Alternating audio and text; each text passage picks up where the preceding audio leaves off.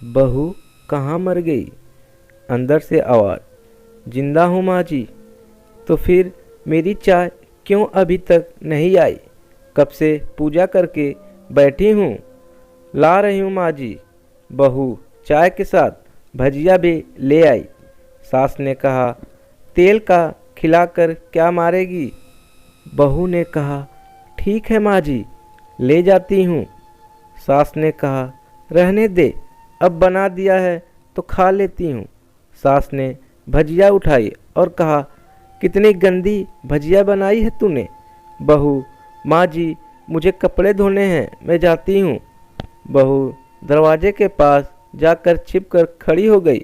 सास भजिया पर टूट पड़ी और पूरी भजिया खत्म कर दी। बहू मुस्कुराई और काम पर लग गई। दोपहर के खाने का वक्त हुआ। सास ने फिर आवाज़ लगाई, कुछ खाने को मिलेगा? बहू ने आवाज़ नहीं दी। सास फिर चिल्लाई, भूखे मारेगी क्या? बहू आई, सामने खिचड़ी रख दी। सास गुस्से से, ये क्या है? मुझे इसे नहीं खाना है, इसे ले जा। बहू ने कहा, आपको डॉक्टर ने दिन में खिचड़ी खाने को कहा है, खाना तो पड़ेगा ही। सास मुंह बनाते हुए, हाँ तू मेरी माँ बन जा। बहू फिर मुस्कुराई और चली गई। आज इनके घर पूजा थी। बहू सुबह 4 बजे से उठ गई। पहले स्नान किया, फिर फूल लाई, माला बनाई, रसोई साफ की, पकवान और भोजन बनाया। सुबह के 10 बज गए।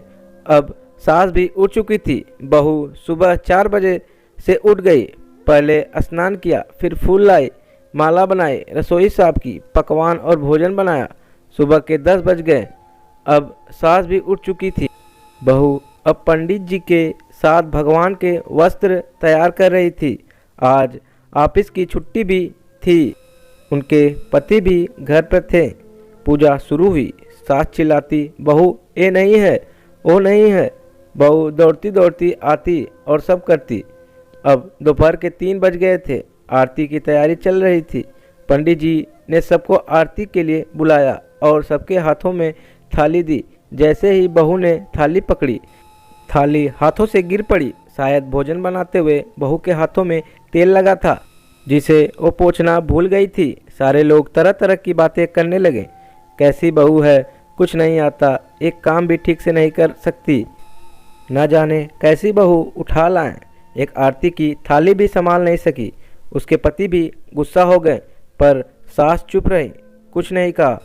बस यही बोल के छोड़ दिया, सीख रही है, सब सीख जाएगी धीरे धीरे।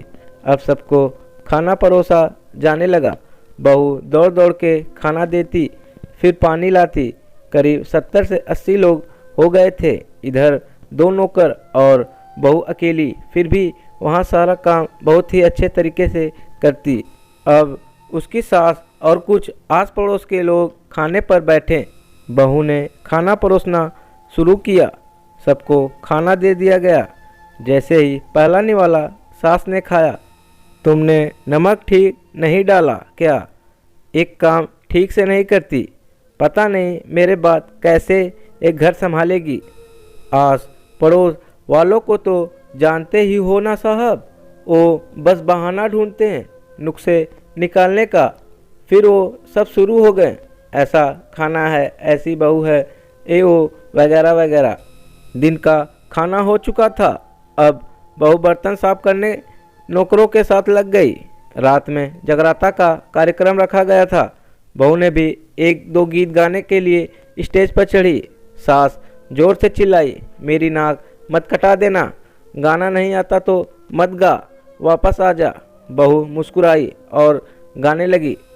सबने उसके गाने की तारीफ की, पर सास मुंह फुलाते हुए बोली, इससे अच्छा तो मैं ही गाती थी जवानी में, तुझे तो कुछ भी नहीं आता। बहू मुस्कुराई और चली गई। अब रात का खाना खिलाया जा रहा था। उसके पति के ऑफिस के दोस्त साइड में ही ड्रिंक करने लगे। उसका पति चिल्लाता, थोड़ा बर्फ़ लाओ, तो फिर सास चिल्लाती, यहाँ दाल नहीं है। फिर चिल्लाता, कोल्ड ड्रिंक नहीं है, पापड़ ले आओ। इधर उधर आखिरी में पति की शराब गिर पड़ी उसके एक दोस्त पर और बोतल टूट गई।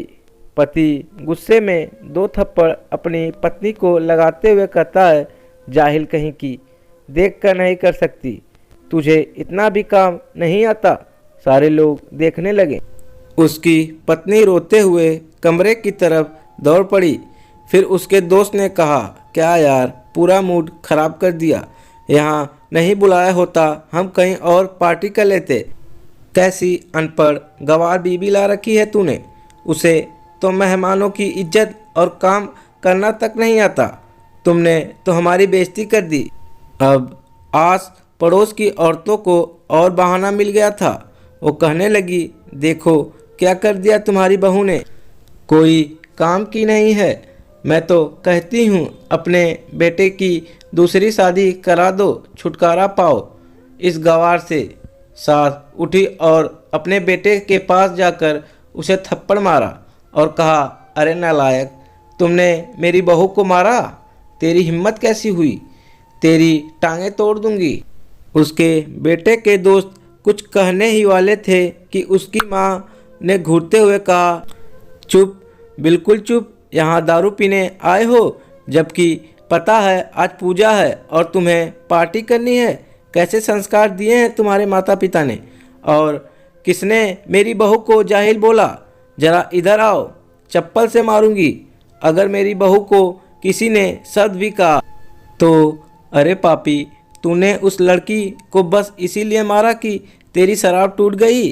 पापी, वो बच्ची सुबह 4 बजे से उठी है, घर का सारा काम कर रही है, ना सुबह से नाश्ता किया है, ना दिन का खाना खाया है, फिर भी हंसते हुए, सबकी बातें सुनते हुए, ताने सुनते हुए घर के काम में लगी रही है। तेरे यार दोस्तों को वो अच्छी नहीं लगी। जूते से मारूंगी तेरे दोस्तों को जो कभी उन्होंने ऐसा कहा। उसके यार दोस्त चुपके से खिसक लिए। अब सास बहू के कमरे में गई और बहू का हाथ पकड़कर बाहर लाई।